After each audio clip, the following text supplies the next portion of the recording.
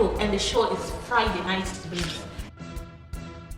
And in that process of accepting people, introducing those people to Jesus Christ, introducing them to the steps and the precepts of Jesus Christ. Is disempowering for me. So going back to being an African right now, if you talk to a young person in Africa and tell them to go back to the basics, I'll say go to farm. Empowerment, which was established to say that we want youths to gain funds. So I wish you can refer to me the examples of these extroverts that have made it today for us to prove and support your notion. To really spend the time in doing the research and doing the innovation in order to get to the point where you can produce a new product for. The name is Little and the show is Friday Night Debate. 2 years down the line, after the legalization of sex workers, the society hasn't accepted the sex work as a normal profession. There is still stigmatization of sex workers. So, will the society ever accept sex workers as part of the community? To debate this, I'm joined by 2 gents and a lady in the studio. Welcome to the show. May you please introduce yourself to the viewers? My name is Queen Ngube from the Sexual Rights Center. Thank you. My name is Caleb Ozamindo and I'm from God's Grace Cathedral Church. Okay, my name is Justice Mangena, coming from Motion Bay Foundation and community health practitioner. Queen, will the society ever accept sex work as a normal profession? Yeah, I believe so, because at the moment we're working on the decriminalization of sex work as sex worker-led organizations. So we are pushing our issues so that the community and the nation as a whole, so that they can accept the legalized sex work. Okay. What other projects are you doing so that you can convince the society to accept sex workers? Because the society will always say sex work is bad. Maybe it's because of awareness. They are not even aware of the profession itself. Okay, we've worked with journalists, because most of the times we realize that journalists are the ones that write bad stories about sex workers in the sex work industries. So we've worked with journalists to try and enable them to write something positive about sex work and to use the language which is positive when it comes to sex work. Pastor, is there anything that is positive about sex workers? Well, to start off with, we cannot just condemn the act because already in our churches there are people that are sex workers. And I think also what we'll have to focus on is, okay, as a church, what does the Word of God say concerning the type of work? And that's my thought. So basically you're saying there is nothing positive about it. So as a church, you are accepting sex workers? We accept them at the church, but we condemn the act. You condemn the act? Yes. What are you doing after condemning the act? What are you doing in order for you to stop the act if you condemn it, meaning it's bad, right? Yes. Well, I think as a church, the role that the church can play is to come up with projects that gives the sex workers other options of making money and making a living. Okay, so basically you're saying as a church you've accepted sex workers, you're condemning the act, but you've got projects to help them, right? You don't have them? No, don't have currently at the moment. But you are working towards that. Okay, as a health practitioner, will we ever accept sex workers? Because the society said it's a bad act. It's like legalizing stealing. Yes. Yes. I would want to say in the community sector, in the health sector, we have already accepted the situation because it's something that we cannot run away from. It's something that we know that is there in the ground. We do have different types of people that are there in the community.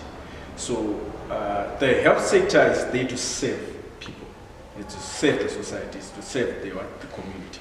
So we cannot actually in the health sector, we label them as ladies of the night. Okay. Meaning that we are not saying, we don't call them prostitutes, we don't call them sex workers, but we say ladies of what? Of the night. It's simply because we do have challenges that we want to solve when it comes to the ladies of what? Of the night. So we don't say we do have the negative side, or we pull the stigma and say and begin to discriminate sex workers. But I would want to say we do have the positive and the negative effects that it has when it comes to health. On the positive, maybe I would want to begin with the positive side, where we say we know that it is going to do something to the community, it's going to address issues of unemployment. We're going to be having some other people that are going to be able to earn a living to doing that. And also on the positive side, it's going to have a certain impact on the economy. It has a certain impact that it will give to the economy. But now I would want to lay on the negative side in terms of health, because we are health practitioners. We are going to find out that, like a case that we had some other time back in Wangi, we had a disease that traveled, and then it became an outbreak, a silent outbreak, and people didn't know about it. And then when we later it was an STI. When we later went deep down to situate what's really the cause of this thing, we later found out that there's something that is going on which is not being addressed, which was related to sex workers. So when we now came back to the books, we discovered that at some point we really need to legalize, because if something is now legal, it means that there's a certain level of license that is going to be, and some royalties that are going to be coming out of that. And then it's going to be also capacitating our health sector. If in terms of facilities in the health sector, is going to also try to come up with the way out to solve some of the issues. So we do have a positive side, and also we do have a negative side. As health sectors, we don't discriminate or label them. Okay, I get that. But still, the society or the church, they still see it as a bad act. Queen, what you mentioned sometime that this prophet is not about what we see as the society as just the sex. The profession is wrong, right? Can you explain that? Okay, sex work is a broad profession because people out there, they don't understand what is sex work. Because when we talk about sex work, someone will think that we're talking about, as he has said, the ladies of the night.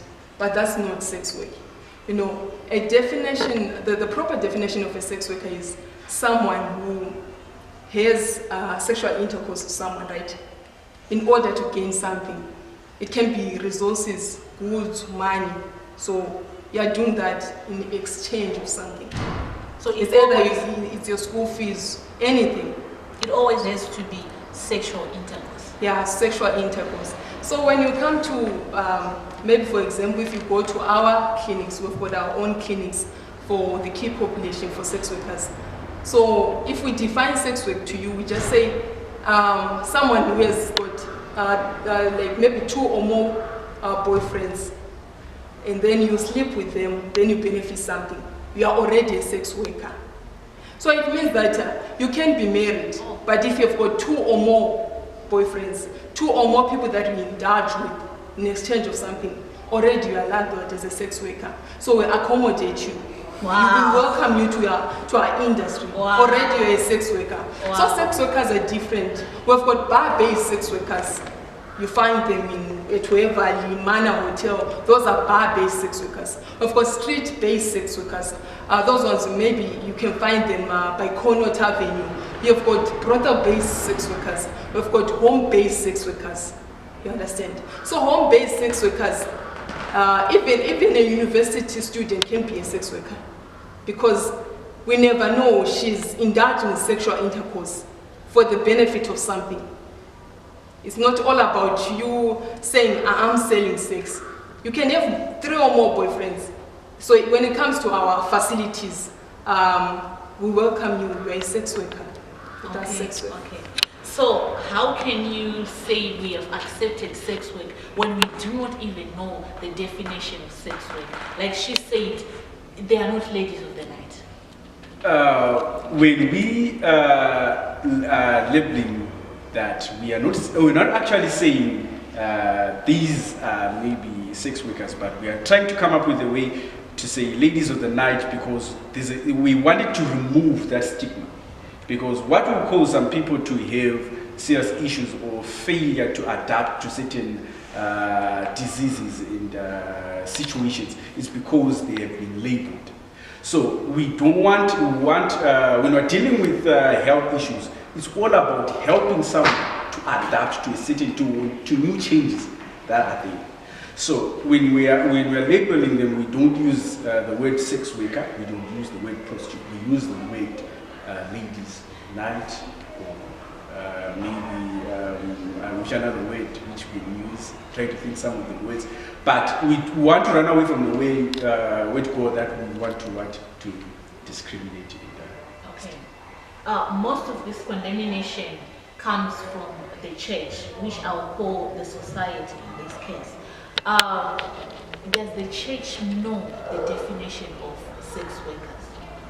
Or it's prostitution and that's it? Because maybe 3/4 of the people who are in church by definition are sex workers. Yeah, I think like how she put across the definition, I for myself, I didn't know the definition of a sex worker. Yes. So I think also the role of the church is to follow after the steps of Jesus. After all, that's what Christianity is all about. I think if we go to John 8, we find Jesus Christ is talking to a lady that has been caught in the very act of adultery. Yes. And after she's been caught in that act of adultery, the Pharisees, the Sadducees, they're like, we found this woman doing the very act, and the law says you need to stone her.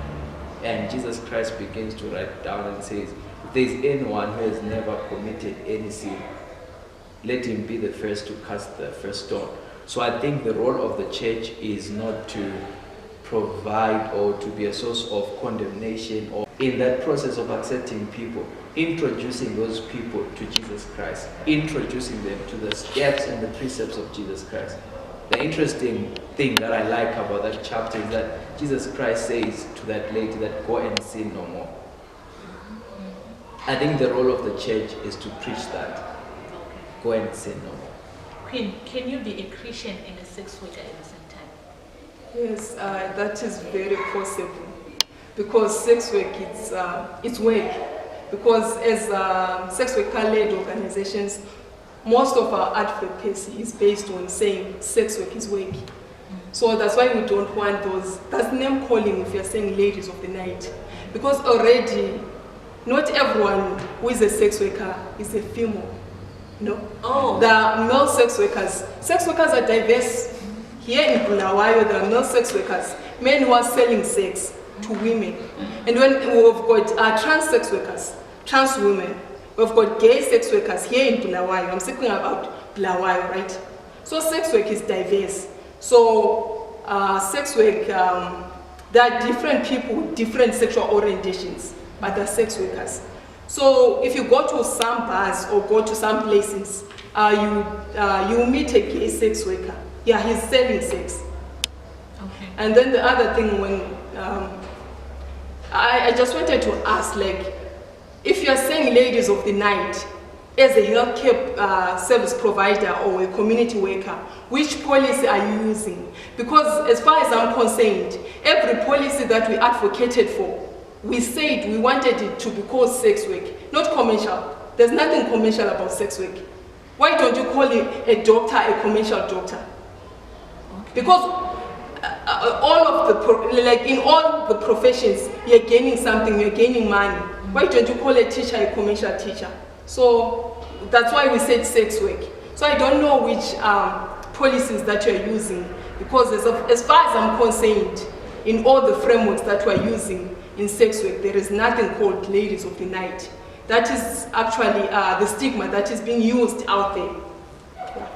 Would you want to engage? Yeah, I would like to engage in that. All what I was trying to say was, is health community, right, in the health sector. We don't want to discriminate, because we have to make them our friends. They should be able to open up to say, I'm having challenges with this, I'm doing this, and I'm expecting one way or another I might be exposed to a disease or to HIV/AIDS. And then we should be friends to them. So it's a point where I was trying to explain that we are open to them. We want to try to run away from the ways which the community already they've been. We all together when they come for, probably maybe when one goes for health trainings, we actually say, try to run away from ways which will push them away. We want to find ways which can actually motivate them, where we talk about stepping one up. Where we say when you are stepping one up, we want to make the one person who comes to your office, and we want to make that person feel as a queen, so that that person can be able to open up and help that person to adapt to new changes that are there. Okay, thank you.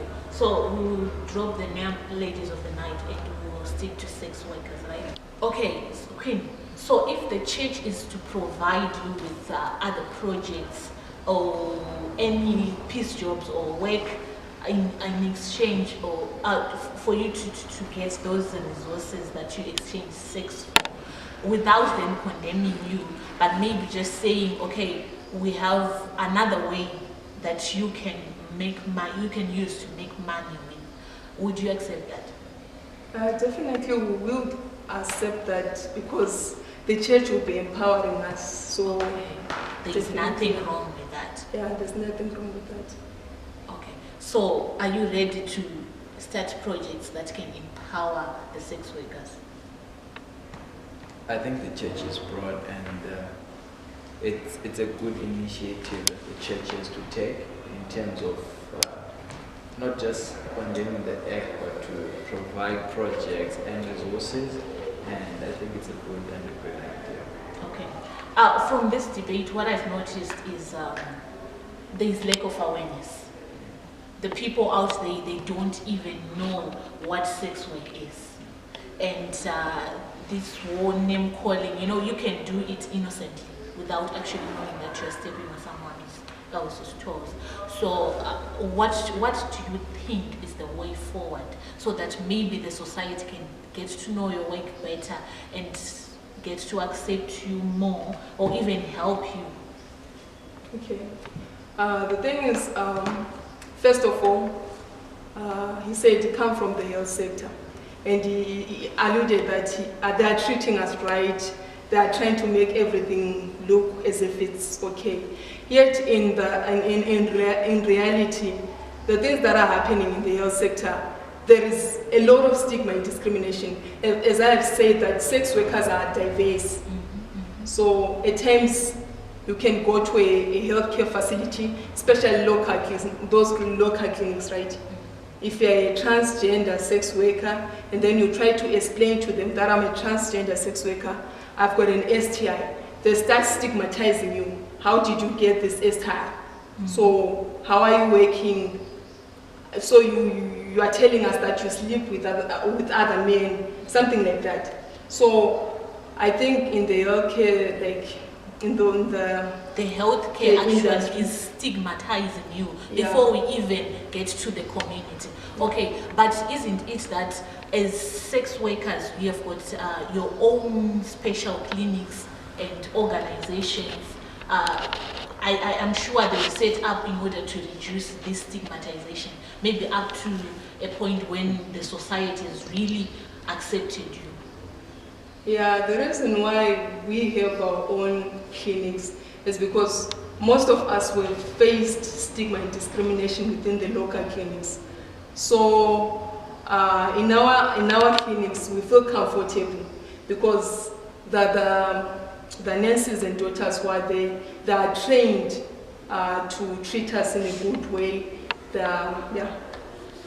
The number of sex workers is increasing, and I'm sure the clinics that they have, they won't be enough.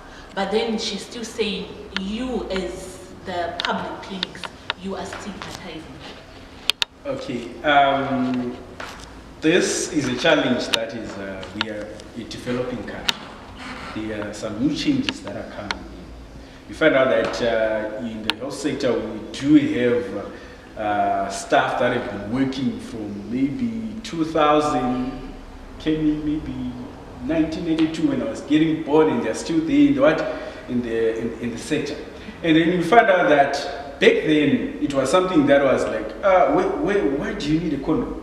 And they would have to ask you. That was then.